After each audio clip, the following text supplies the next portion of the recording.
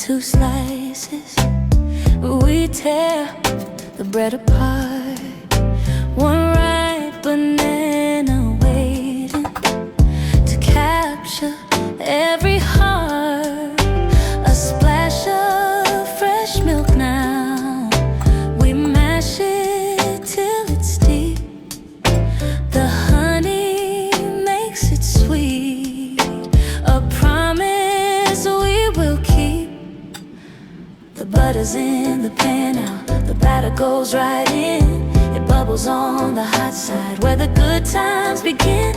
One perfect, gentle motion, we watch the golden turn. A final minute cooking, the sweetest lesson learned from gloved and garnished kitchen. These pancakes taste like home, a simple, sweet